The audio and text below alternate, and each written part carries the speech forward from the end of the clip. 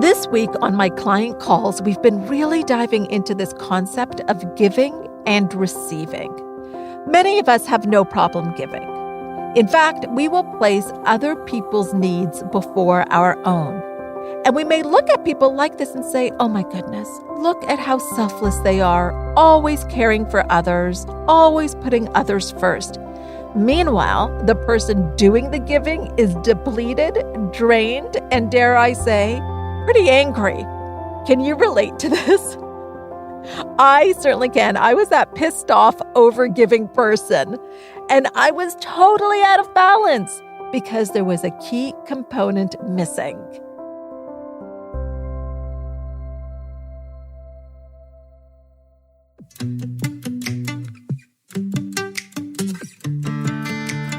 Welcome to Possibilities with me, Hina Khan.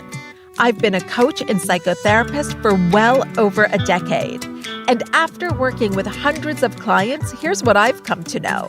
The only thing holding us back from a larger, more expansive life is our mindset. I'm going to help you break through your mental barriers and unlock infinite possibilities.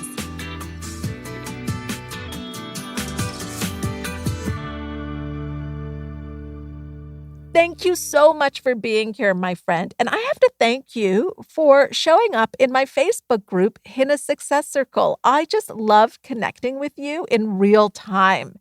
I love continuing the conversation that we start here. Now, if you're not in that group, all you have to do is go down to the episode description and click the link. The key component that I was missing was receiving. So things were way out of whack. And what I would soon learn is that this is a common problem. Many of us don't know how to receive. I just love how my mentor put it to me once. He said, graciously give and willingly receive. Isn't that so good? Many of us are uncomfortable with receiving, so we reject it. And in doing so, we block the flow of good to us. Because what you want to understand is that giving and receiving needs to be in circulation. I remember years ago, we were out to lunch with my in-laws, and they asked us if we wanted their car because they were getting a new one. And they kept their car in perfect shape. You would never think that they schlepped the grandkids around. There was not even a Cheerio on the car floor. So they would gift us their car. My initial response in my head, without giving it any thought, so this was a habitual response, was no way, too much, cannot accept that. Luckily, I noticed it before it came out of my mouth. Here's the thing, we needed a new car. So I took a deep breath and did what was very uncomfortable. I received it. I said, yes, we would love that, if they're sure. My mother-in-law immediately smiled, and this is the circulation part. She was giving a gift, and when I received it, the energy flowed back to her. I gave her the gift of accepting her gift, and she received the benefit of that. Got it? That was the energy loop that happened in that restaurant.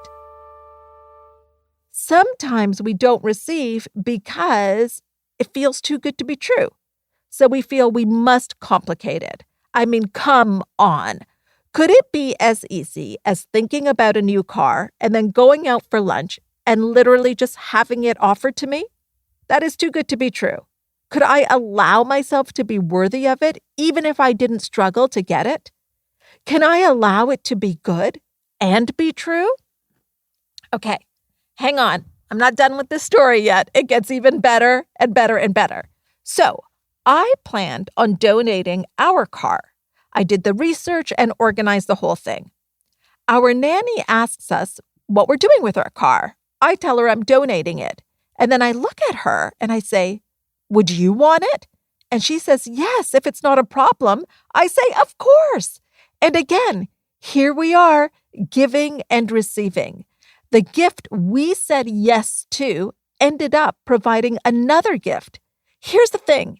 If I said no to my mother-in-law and we went to a dealership, we would have traded in our car. Saying yes created more. Oh my gosh, I'm going to say that again because I just love it. Saying yes created more.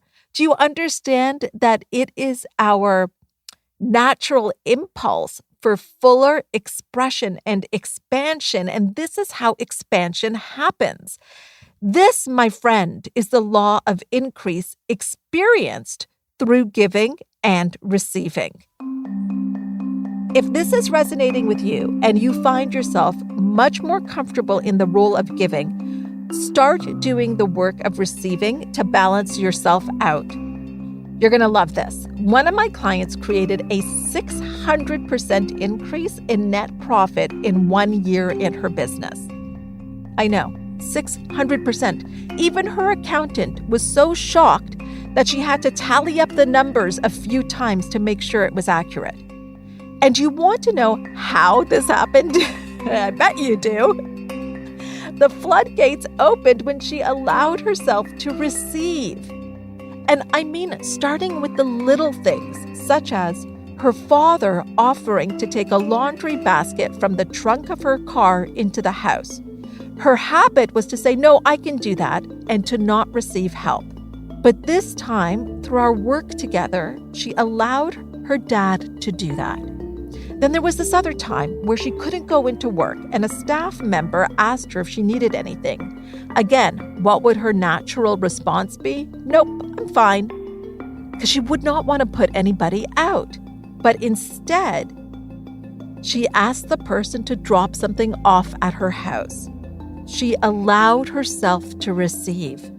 And this is how it started. It was creating this that also allowed herself to receive more and more and more, including a whopping 600% increase in net profits in her business.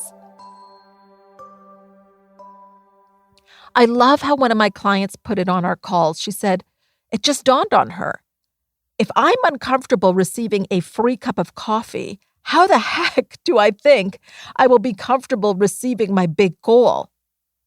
Can you do me a favor? Allow yourself to receive it. Receive it all. From the sunshine on your face, compliments, to a car. Receivership is the highest form of gratitude.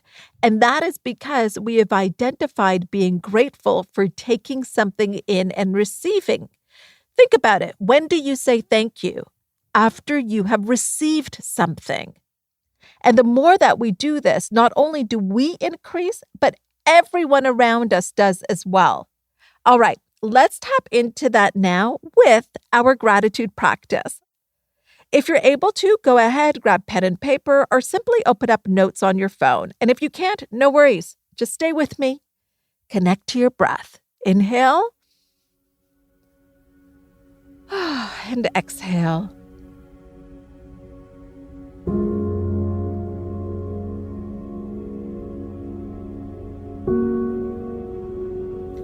I want you to think of things you have received in the last 48 hours.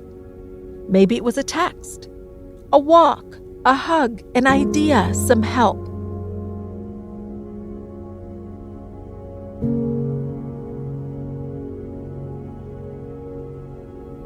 Now write it down, and as you do, say the words, thank you, thank you, thank you for each and every one of these things.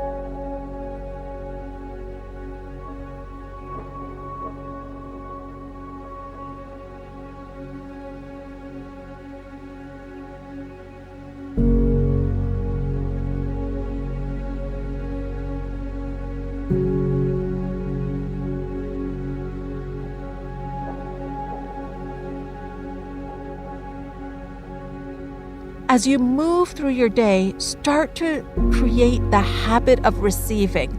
Receive it all. If you walk by a beautiful flower, receive it. If you notice the sun shining on your face, receive it. If you end up getting a pay increase, receive it. If somebody offers to help you with something, receive it. Receive, receive, receive. Get comfortable with receiving. Expect to receive. Look for things to receive.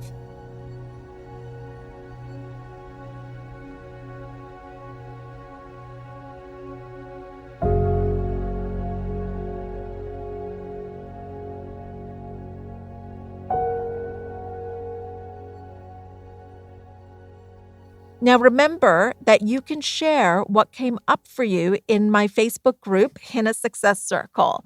I would love to know. And if you're wondering what my client calls are like, I do open them up once in a while. We'll have an open house. You can find all that information in my Facebook group as well. Now, did you love this episode? If you said yes, please rate it or write a review. I would love to receive that from you. It helps us to reach more people so more people can receive this podcast. And I will meet you here next time on Possibilities. This episode was produced by Stephanie Phillips, presented by the Frequency Podcast Network.